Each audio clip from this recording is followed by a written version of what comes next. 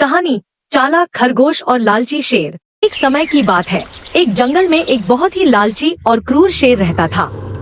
वह हर दिन जंगल के जानवरों को मारकर खा जाता था।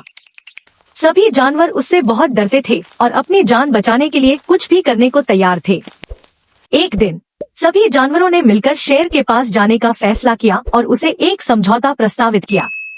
उन्होंने कहा, हे शेर महाराज, अगर आप रोजाना हम में से केवल एक जानवर को खाने का वचन देंगे तो हम आपके भोजन की व्यवस्था कर देंगे।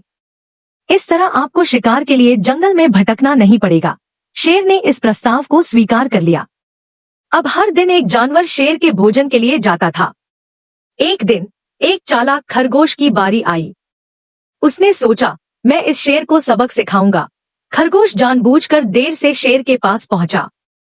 शेर गुस्से में था और उसने खरगोश से पूछा, तुम इतनी देर से क्यों आए हो? खरगोश ने कहा, महाराज, मैं समय पर आ रहा था, लेकिन रास्ते में एक और शेर मिला जिसने मुझे रोक लिया और कहा कि वह जंगल का असली राजा है। मैंने उसे बताया कि आप असली राजा हैं, लेकिन वह मुझे धमकाने लगा।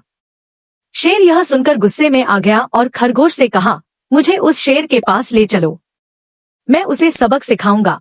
खरगोश शेर को एक गहरे कुएं के पास ले गया और कहा, महाराज, वह शेर इस कुएं में है। शेर ने कुएं में झांका और अपनी ही परछाई को देखकर उसे दूसरा शेर समझ लिया। उसने गुस्से में गर्जना की और उसकी आवाज गूंजकर वापस आई। शेर ने सोचा कि दूसरा शेर भी उसे चुनौती दे रहा है और वह गुस्से में कुएं में कूद पड़ा। कुएं में गिरकर शेर डूब गया। इस तरह चालाक खरगोश ने अपनी बुद्धि से लालची शेर से जंगल को हमेशा के लिए मुक्त कर दिया। सभी जानवरों ने खरगोश की प्रशंसा की और उसे धन्यवाद दिया। शिक्षा। इस कहानी से हमें यह सीखने को मिलता है कि बुद्धि और चतुराई से बड़े संकट का हल निकाला जा सकता है।